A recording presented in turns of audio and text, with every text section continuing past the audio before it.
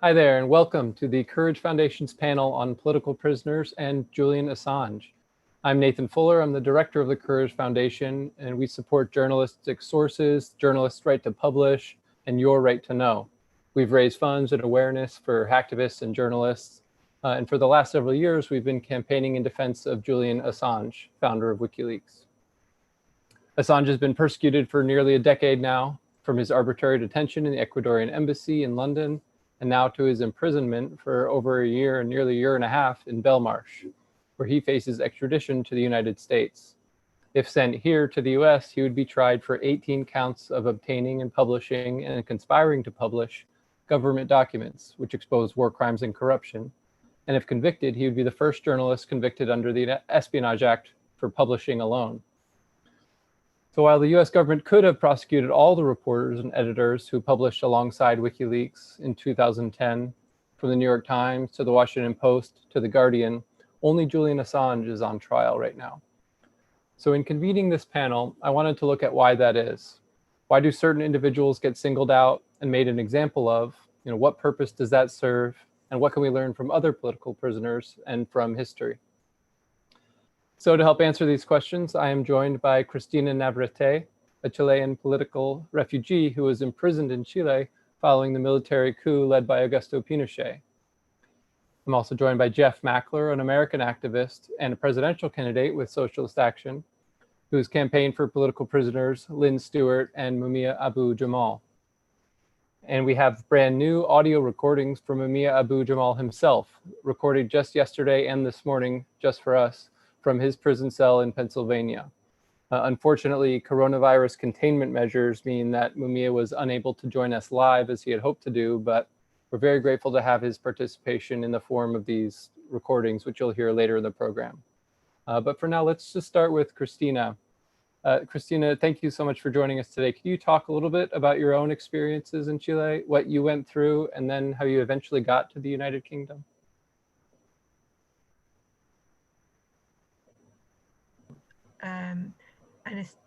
A university student at the time of the government of Allende in Chile.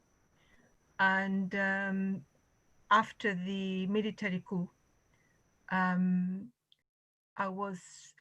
continued to be involved, and I became what it was at that time part of a resistance movement, or people that wanted to see what we could do to overthrow the dictator.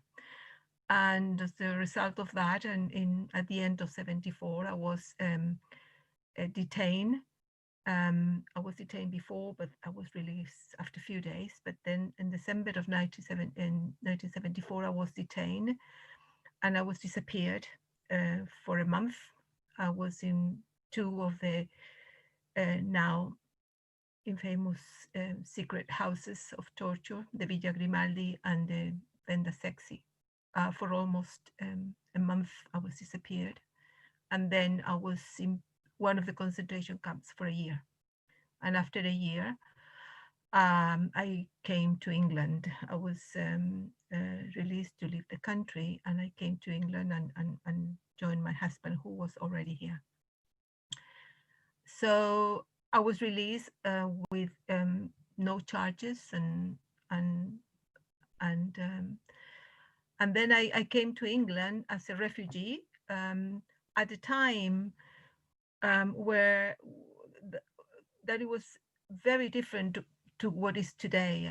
It was that at the time there was a Labour government, and there was certainly an atmosphere of welcoming refugees. And we were very lucky in many ways that we were very well received. We were given opportunities to continue studying, which I did. So I finished my studies here in the UK, and then I worked in the NHS and at the University of London for 40 years until I retired a few years ago. I was lucky enough to be of that generation that was still perhaps young, with somebody that could rebuild my life.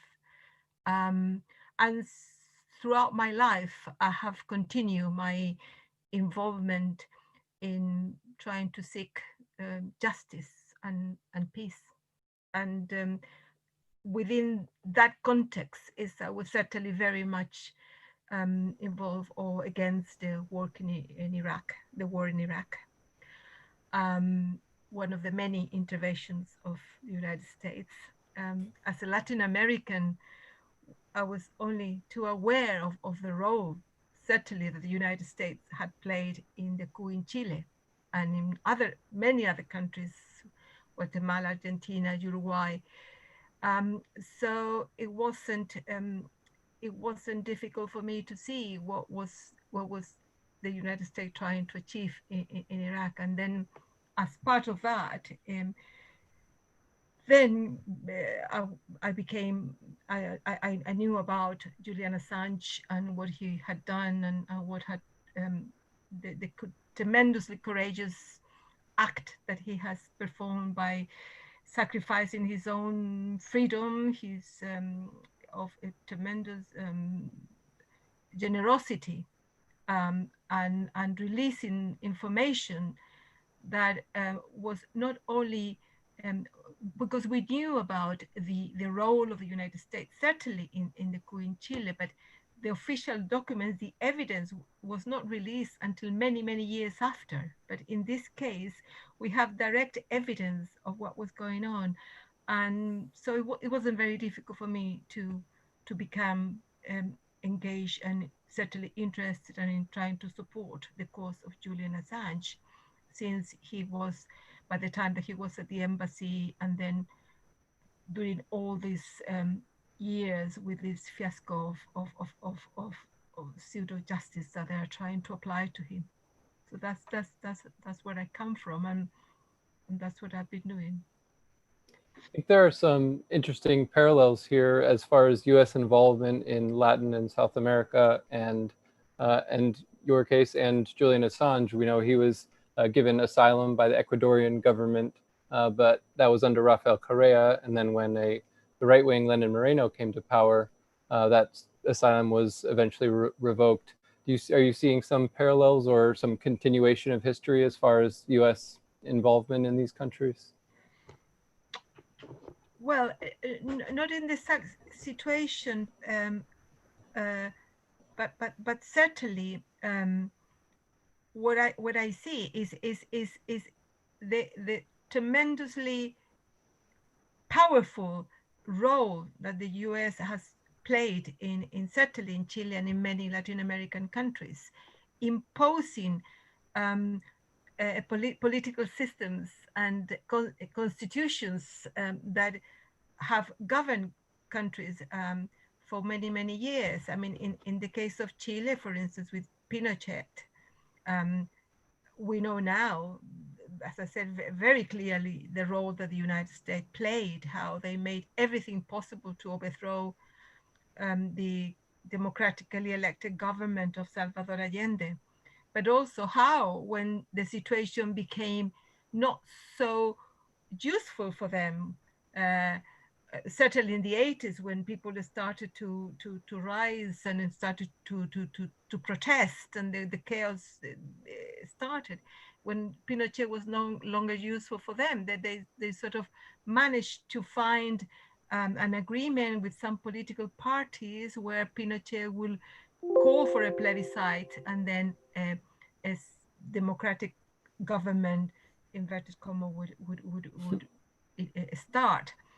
But unfortunately, the essence of the dictatorship was not changed. I mean, we still today live under the constitution that Pinochet left in my country. I think we're one of the few countries that live under the dictatorship's constitution left by a dictatorship. And last year, as you probably heard, there were very big demonstrations when the Chile has awakened, as I said, and hopefully we will have a plebiscite on the 25th of October this year to try to get rid of that constitution.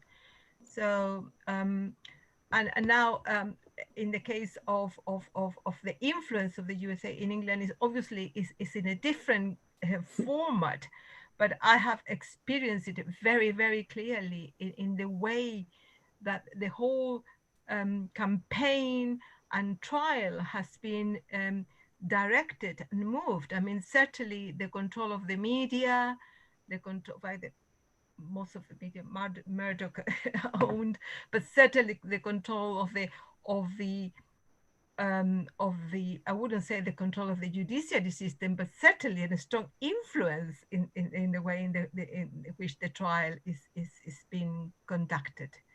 So unfortunately, I see that there is no end to, and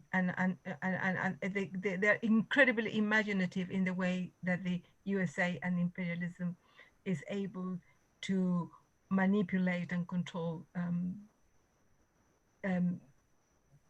many countries. Right. I'd like to come back to you, I think, later in the panel to talk about what we can do about that and what are the implications of that for Assange and for journalists later. But let's get Jeff Mackler involved here to talk about the US perspective. Jeff has, as I said, worked on the campaigns of Lynn Stewart and Mumia Abu-Jamal. Since we're going to have Mumia give his own recordings, maybe you could start by talking about Lynn Stewart, Jeff, and your work on that campaign. Who was she and why did you support her? Well, I only found out after I started working on the Stewart campaign that she and I went to Jamaica High School together. So we reminisced about cutting classes in 1958. And then we taught together in New York City in 1968 during the famous Ocean Hill-Brownsville strike. Lynn was then a librarian, and she became, under the tutelage of one of the leading defense attorneys in the country, Arthur Kanoy, she became an attorney. And she took some of the most controversial cases in the country and won them. And she was asked by the former Attorney General of the United States, Ramsey Clark, to take the case of an Egyptian cleric, the blind Sheikh Omar Abdel Rahman, who was in exile in the United States, I think in New Jersey, and a leading opponent of the Hosni Mubarak regime in Egypt. And of course, that immediately got up the ire of the United States government because they had supporting the Mubarak dictatorship for decades. She defended the blind sheikh on charges of conspiracy to aid and abet terrorism. Forgive me, my phone is ringing, so I will.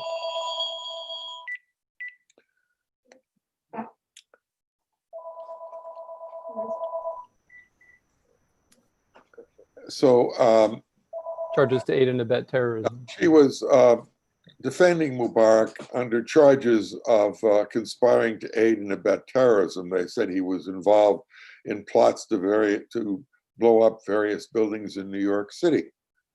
And he was convicted and jailed and then sent to Rochester prison in Minnesota for basically life. And because he was considered a dangerous terrorist, not to mention a leading critic of Mubarak, the government imposed SAMs, special administrative measures, on Lynn, who visited him, to keep his name in public.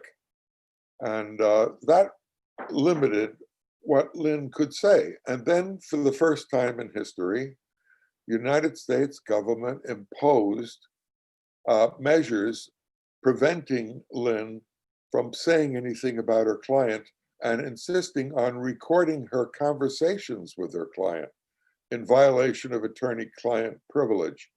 Reminds me of the government attempts to tape Julian Assange while he was in refuge in the Ecuadorian embassy.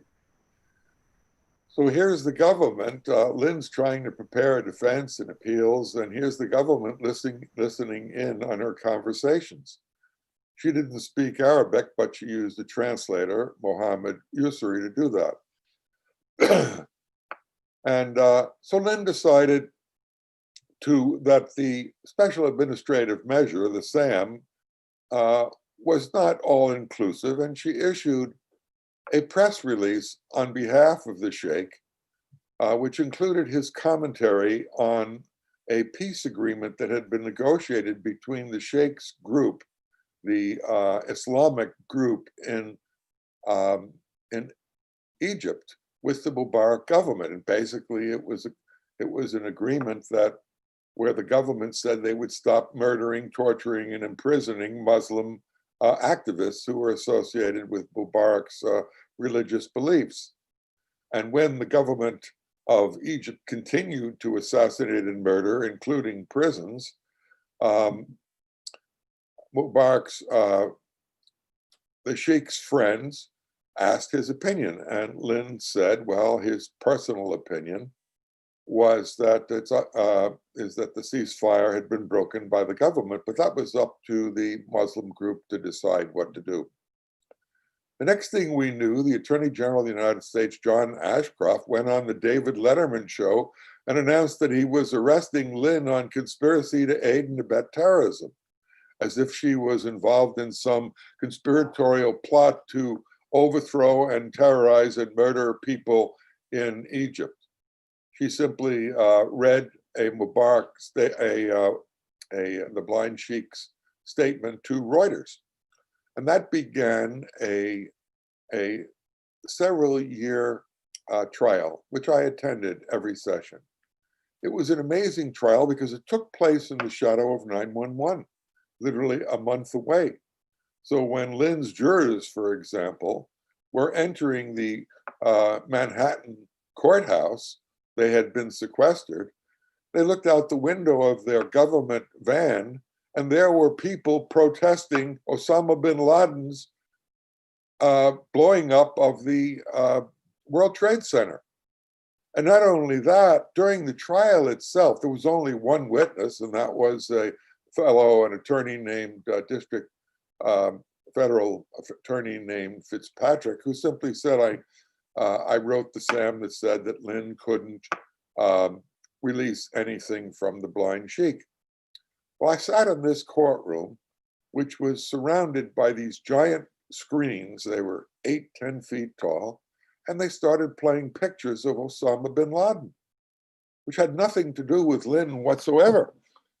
And yet here's the jury of 12 people wondering, why am I watching Osama bin Laden in Lynn Stewart's trial? She was charged with handing out a press release to Reuters. Well, of course, she and Mohammed Yousri, who was her translator, who was doing his PhD thesis on the Islamic group, had tons of files on activities of terrorism all over the country.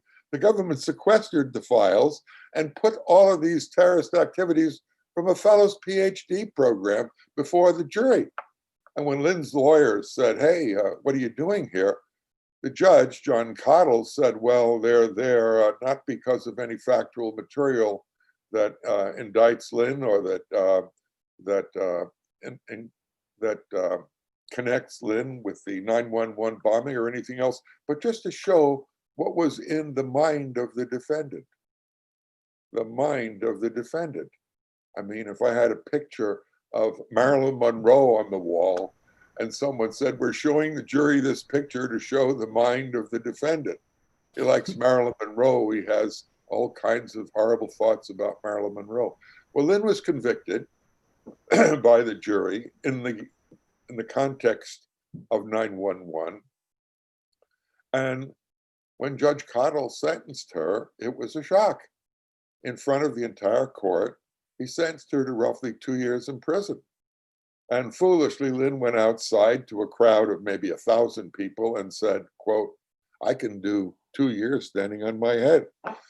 Well, the government didn't like that. So the federal court went after Lynn and demanded that Judge Cottle reconsider and resentence her. And Cottle, making a career decision, sentenced her for 10 years. That was a terrible, terrible tragedy. We fought to reverse that. We lost. The Supreme Court denied certiorari. And Lynn was sent to an isolated prison in Texas, where I visited her regularly. She had breast cancer, and it had metastasized. And after a massive campaign of 60,000 signatures, we got her out on compassionate release. where she spent 2 years as a political activist defending Mumia Abu-Jamal and just about everybody else you can imagine. Her crime was she opposed the policies of the United States government in Egypt. She was a critic of the Mubarak dictatorship. The same with Mumia. He was a leading award-winning journalist in Philadelphia, criticizing the police department, which had been indicted by the Justice Department of the United States for corruption, for falsifying evidence, for intimidating witnesses, for drugs and prostitution. And they were sent to jail. And Lynn was their leading critic. So much so that the police chief at the time, what was his name? They just had his statue torn down in Philadelphia. Frank Rizzo, commented that Mumia, when he was attending a press conference of Rizzo, would be held responsible for his attacks on the Philadelphia Police Department, lo and behold. So not long after, Mumia was also, by the way, a defender of the Move 9, who had their house blown up and people murdered by the police department because they didn't like the Move organization. They had, God forbid, dreadlocks. Mumia had been visiting a congressperson that night and was trying to pick up some spare money, walked in December 1981 to pick up a client. He was a cab driver. And there was a shooting that took place, and the government of the United States, the police department, framed up Mumia on murdering a police officer, Daniel Faulkner. All of the evidence to the contrary in a long trial said that he didn't do it.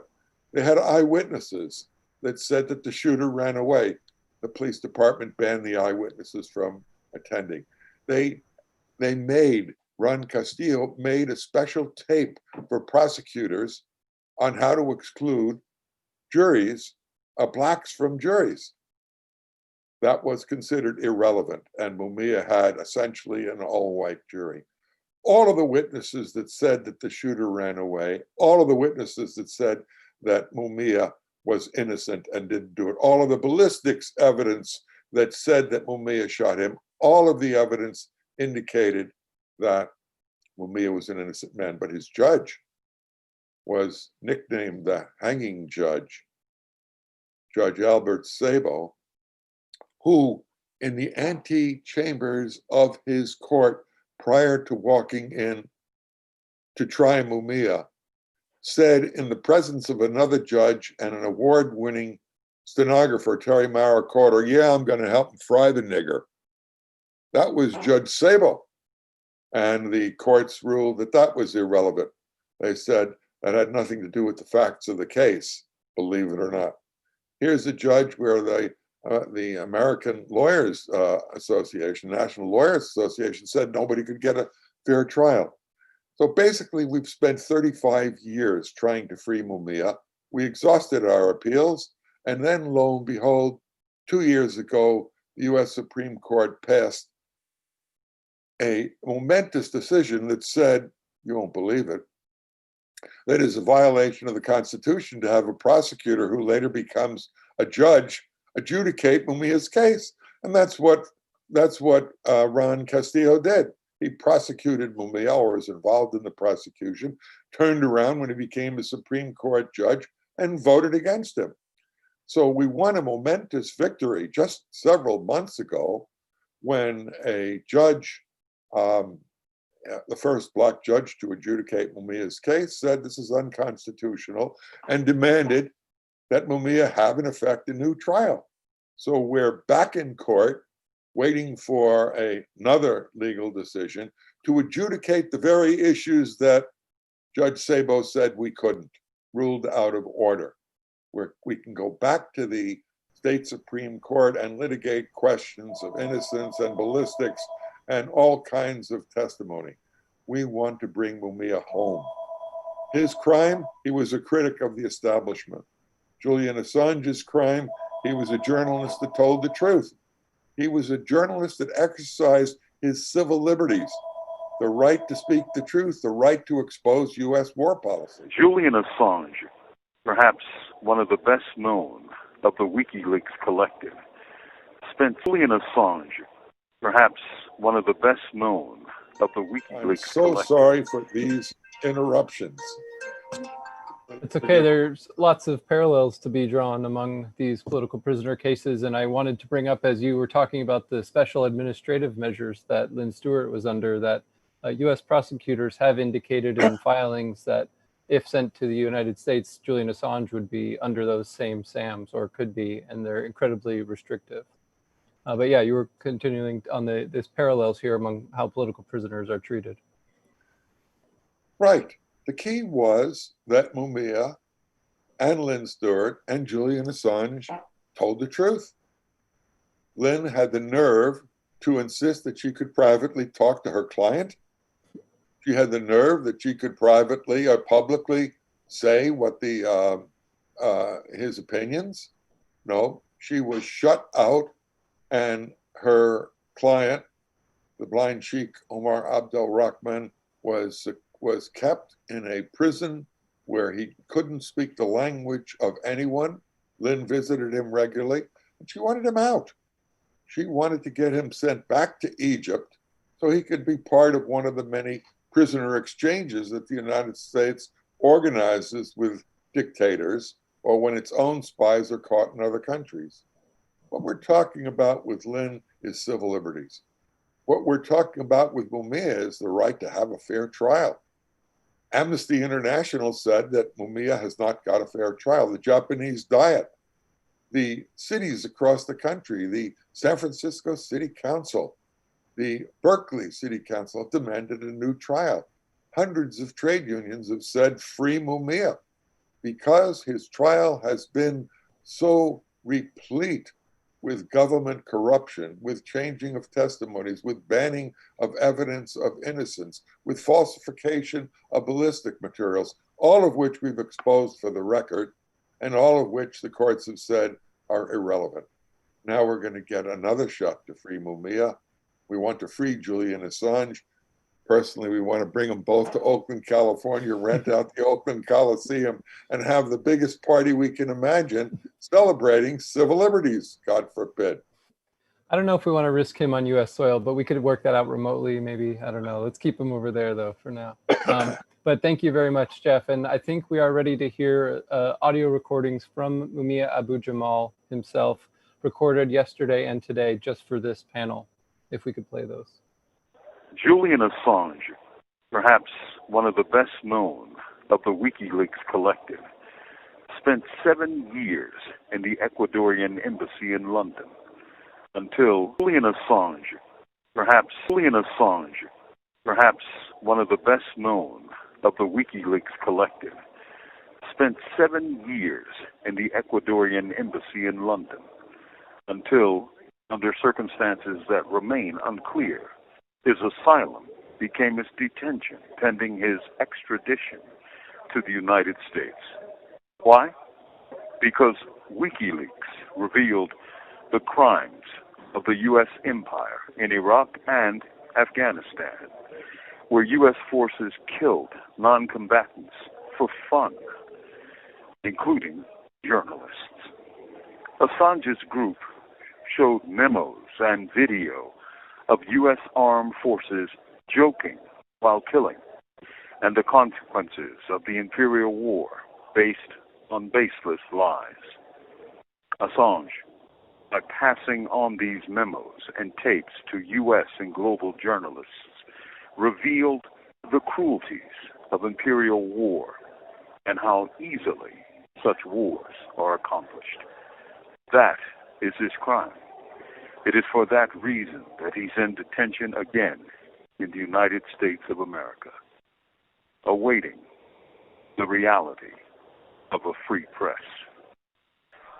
The question arises, of course, is Julian Assange a political prisoner?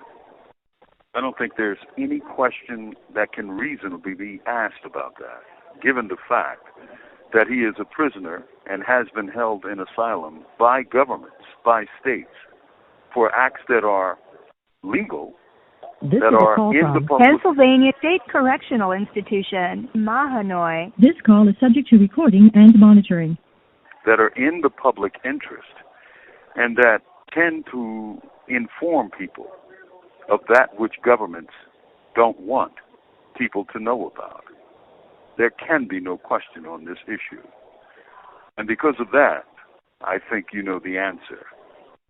And as someone who has been charged for being a member of a political organization and convicted and sentenced to death, I think I have some insight on that matter. Julian's Run. First things first. Who is Julian Assange? And secondarily, why is his struggle of import to any of us? Assange, born in Townsville, Queensland, Australia, in 1971, is the founder of a global online media service known as WikiLeaks. As such, Assange is a journalist. His group has been a blockbuster, capturing and passing on files and internal memos of governments all around the world. For this, he has been hounded, targeted, and jailed, now serving over 50 weeks for allegedly jumping bail in Britain to avoid extradition to the U.S., which seeks to jail him for violating the U.S. Espionage Act. As shown, Assange, born into a British Commonwealth state, Australia, is not an American and owes it no fealty. But the U.S. empire rules the world, not just U.S. territory.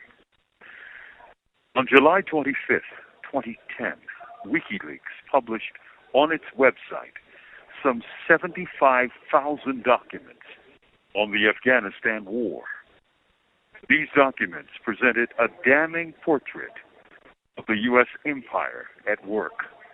WikiLeaks revealed the crimes of the U.S. empire in Iraq and Afghanistan, where U.S. forces killed non-combatants for fun, including journalists. Assange's group showed memos and video of U.S. armed forces joking while killing, and the consequences of the imperial war based on baseless lies. The Iraq and Afghanistan wars are now widely considered to be the biggest blunders in U.S. foreign policy. For these wars of regime change floated into being on an ocean of lies and misinformation. Quick, remember weapons of mass destruction? How many thousands and tens of thousands died based on an American mirage? Assange, by passing on these memos and tapes to U.S. and global journalists, revealed the cruelties of imperial war and how easily such wars are accomplished. That is his crime. He wasn't spying. Spies work for governments and militaries. Journalists work to inform people, to broaden the reaches of democracy. In the not-so-recent past, the U.S. empire used its tools of repression to silence its opponents, even when they were allegedly U.S. citizens. The targeting of Julius and Ethel Rosenberg comes to mind. They were called spies and subsequently electrocuted. The cases of Sacco and Vanzetti, immigrants from Italy, comes to mind. The targeting of the New York branch of the Black Panther Party and the trial of the Panther 21 on trumped-up charges also comes to memory. The question arises, of course, is Julian Assange a political prisoner? I don't think there's any question that can reasonably be asked about that, given the fact that he is a prisoner and has been held in asylum by governments, by states, for acts that are legal This that is a are call in the from public Pennsylvania State Correctional Institution, Mahanoy. This call is subject to recording and monitoring. that are in the public interest and that tend to inform people of that which governments don't want people to know about. There can be no question on this issue. And because of that, I think you know the answer. And as someone who has been charged for being a member of a political organization and convicted and sentenced to death, I think I have some insight on that matter. Julian Assange is a prisoner of a political vendetta. Is he thus a political prisoner?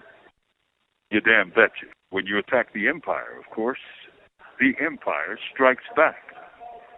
For publishing documents that embarrass the United States, Assange, if convicted, faces over a century, in fact, 175 years in prison. And as a foreign national, the First Amendment to the Constitution does not provide a defense. So, wait. The U.S. can invoke its criminal law for use worldwide, but the Bill of Rights doesn't obtain to foreigners, right? Yeah, that sounds fair. From Imprisoned Nation, this is Mumia, Abu-Jamal. From Imprisoned Nation, this is Mumia, Abu-Jamal. Want to thank those who helped get it to us. Really appreciate that, having his perspective and allowing him to participate from prison. Cristina, maybe you could continue talking a little bit about what you've been doing in London lately and speaking out for Assange and why the case is important to you. I'd unmute you. Yeah, I just wanted to say something that it's really perhaps we know it, but the common thread that we have in all the cases, including the situation in Chile nearly 47 years ago now, is that whenever somebody, a government or an individual, does something that threatens the interest of the USA or the big powers, the system comes with all its force in whichever way they can. In the case of Latin America, the military coup, now they become more sophisticated because they use the judicial system, in the case of Brazil with Lula or Ecuador with Correa. And in the case of now Julian Assange, that because he was exposing the crimes that are being committed, it was certainly became a threat to the United States. And they have now, it's something that they cannot accept. They cannot allow somebody to expose their doings. So they have, and they launched this campaign, and they have used all the possible arguments to discredit, to confuse really the public even. So the case, which for many of us is so clear, there is no doubt that is a political prisoner and there is a political persecution now against this individual, became very confused along the way until now. I think luckily the majority of the audience are understanding and are realize that was always the case. Certainly here in London, one of the things that has been incredible is, as I mentioned earlier on, is the way that the whole trial has been conducted, or is being conducted. it's a complete travesty of justice. I mean, I've been able to attend two of the audiences where on one he was brought in directly, and then the other one was a video link. And I remember very clearly one of them, he was at that time asking through his lawyers, asking for a better computer to be able to use it and prepare his case. And the judge at the time was so cold and so dismissal of she's saying that she had no power to do anything, but it was like it wasn't important, and yet there is a man trying to build a case, work with his lawyer in order to even to be able to save his life, and they were absolutely oblivious to the request.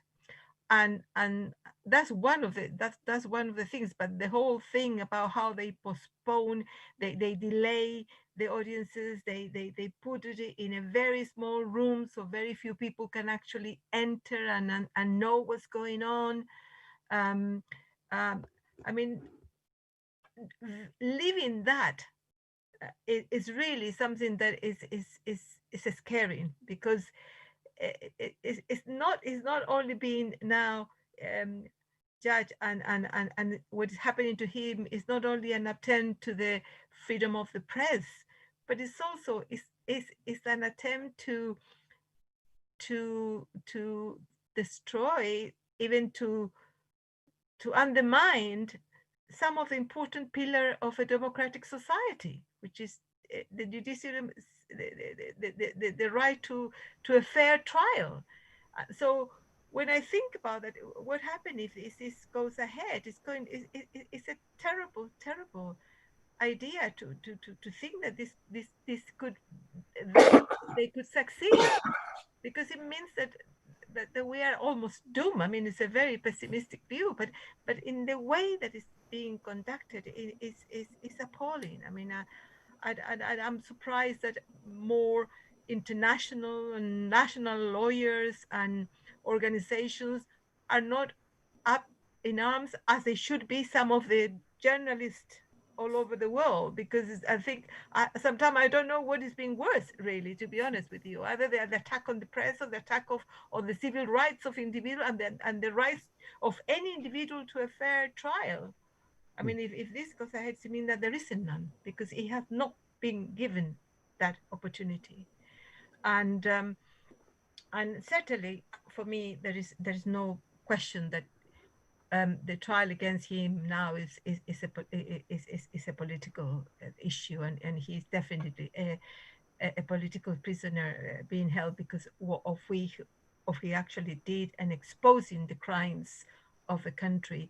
And thanks to Gillian that he's done that, because I think thanks to that, probably he saved many lives, in the sense that they had to be a bit more careful about what they were doing. On the other hand, the irony is that those people that have committed these crimes, either in Chile or in the rest of South America and the rest of the world, in Libya, responsible for those crimes, none of them has ever been put on trial. I mean, I wait to see the day that Kissinger, for instance, is put on trial for the crimes that were committed in Chile, Argentina, Uruguay, and the Operación Condor coordinated by the United States. None of these people have ever been put on trial. And the other thing I wanted to mention is about it, when another demonstration is this issue of the conflict of interest. I remember very clearly when we were in the middle of the trial of Pinochet here in London, when the verdict was that they had approved the extradition of Pinochet to Spain to face trial.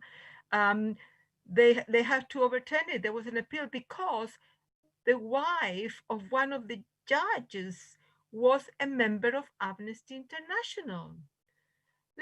And in this case, it has been proven that the connections of one of the judges with the arms industry, with even more serious organizations, and it seems that there is no conflict of interest. I understand that the son of one of the judges is involved with one of the security companies working with the government.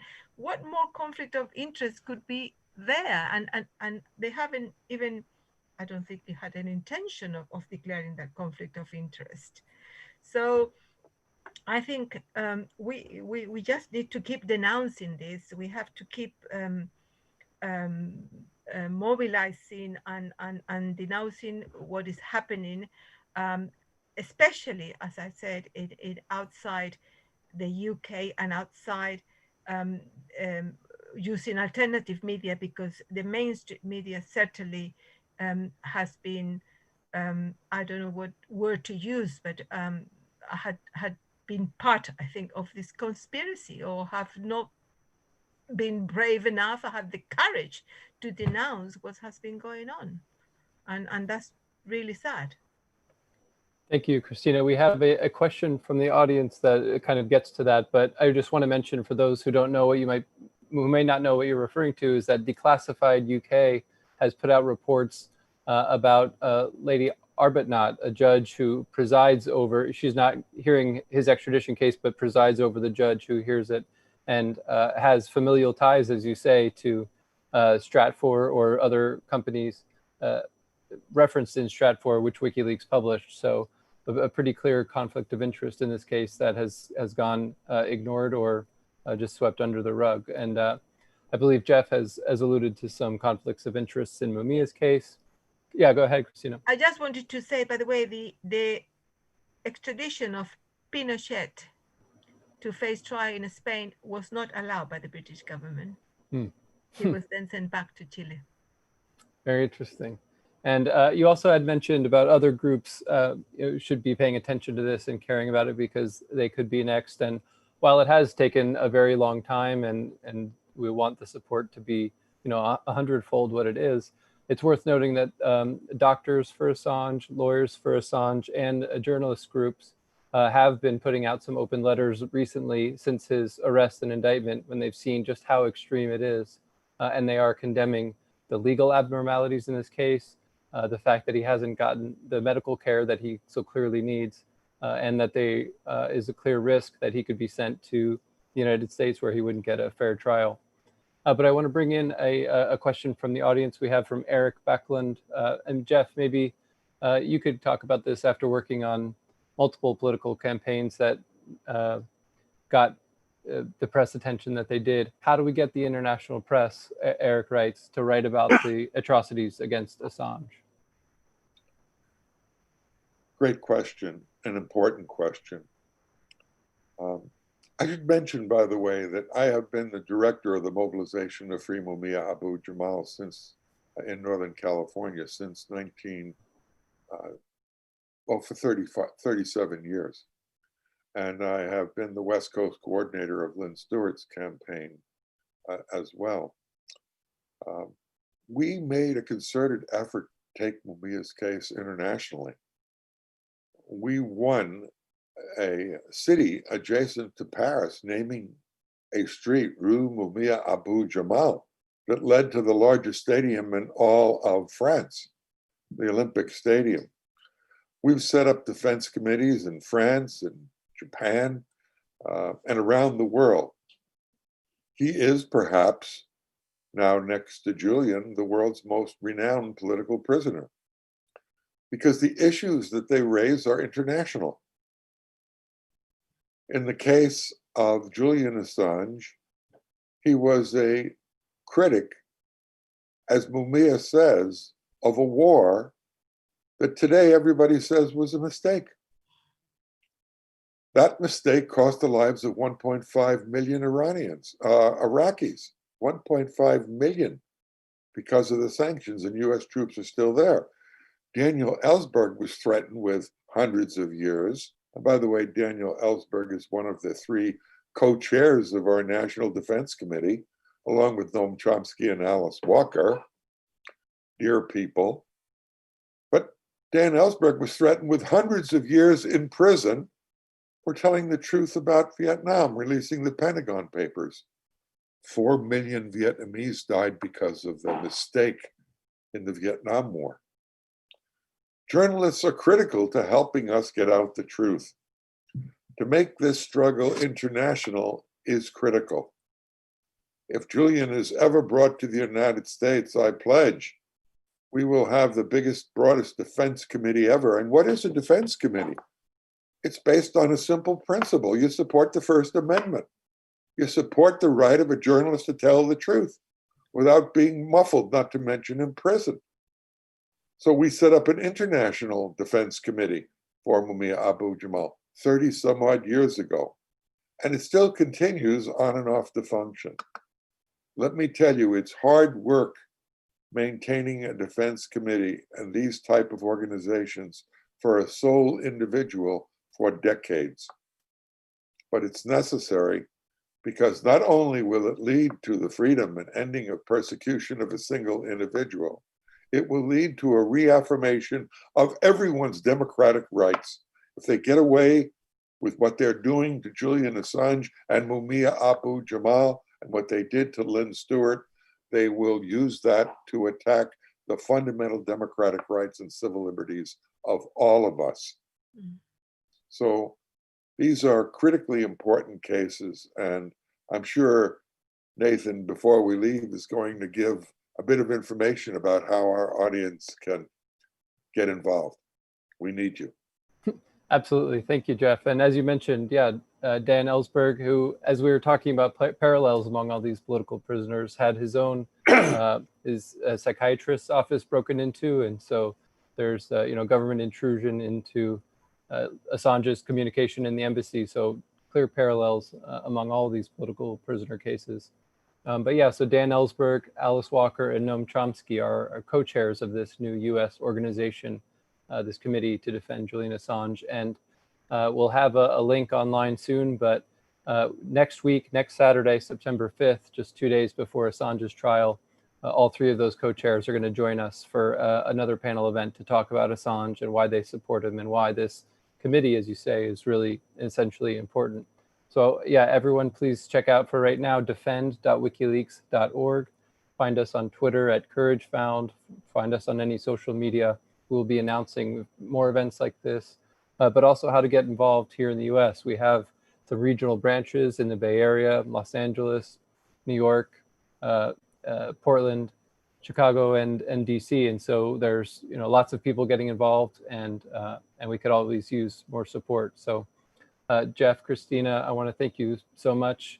I want to thank Mumia for participating in this panel the way that he could. And thanks to all of you watching out there. So thanks very much, and we'll see you next time. Thank you.